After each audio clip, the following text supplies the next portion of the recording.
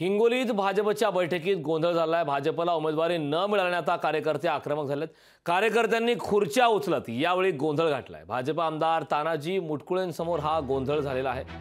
हिंगोलीच्या बैठकीमध्ये भाजपच्या बैठकीमध्ये हा गोंधळ झाल्याचा प्रकार समोर आलेला आहे।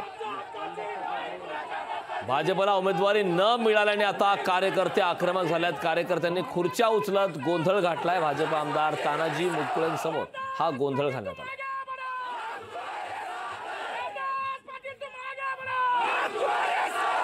हिंगोली लोकसभा मतदारसंघ ज्या ठिकाणी विद्यमान खासदार हेमंत पाटील आहेत त्यांना पुन्हा एकदा शिवसेनेकडून संधी देण्यात आली आहे।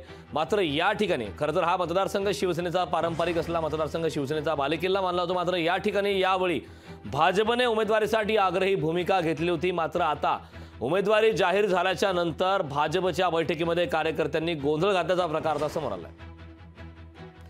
याबाबतचे ताजे अपडेट देण्यासाठी आपले प्रतिनिधी गजानन वाणी आपल्यासोबत जोडले आहेत। गजानन, खरं तर उमेदवारी हिंगोलीमधून हेमंत पाटील जे विद्यमान खासदार आहेत त्यांना पुन्हा संधी देण्यात आलेली आहे। मात्र आता भाजपकडून विरोध होत आहे। नेमकं भाजपच्या या पदाधिकाऱ्यांचं, या कार्यकर्त्यांचं आणि भाजपच्या नेत्यांचं म्हणणं काय आहे, त्यांची काय भूमिका यापुढे असणार आहे?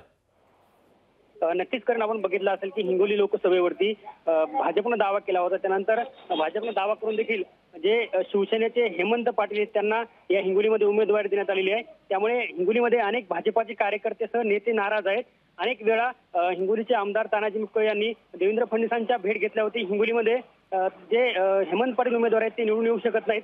काल देखील माजी खासदार जे शिवाजी माने त्यांनी देखील मागणी केली की हेमंत पाटील यांची उमेदवारी रद्द करावी आणि हिंगोलीमध्ये भाजपाचा जे उमेदवार द्यावा। आज हिंगोलीमध्ये जे भाजपाची बैठक या ठिकाणी आयोजित केलेली आहे। यामध्ये उमेदवार जे नव्याने उमेदवार देण्याची मागणी या ठिकाणी कार्यकर्त्यांनी केली आणि गोंधळ देखील घातल्याच्या ठिकाणी पाहायला मिळालं। नक्कीच गजानन, याचे काय पडसाद होतात, याचे काय परिणाम होतील हे आगामी काळात स्पष्ट होणार आहे। खूप खूप धन्यवाद गजानन या सविस्तर अशा माहितीबद्दल। लोकशाही मराठी ऐका, पहा, जागरूक रहा।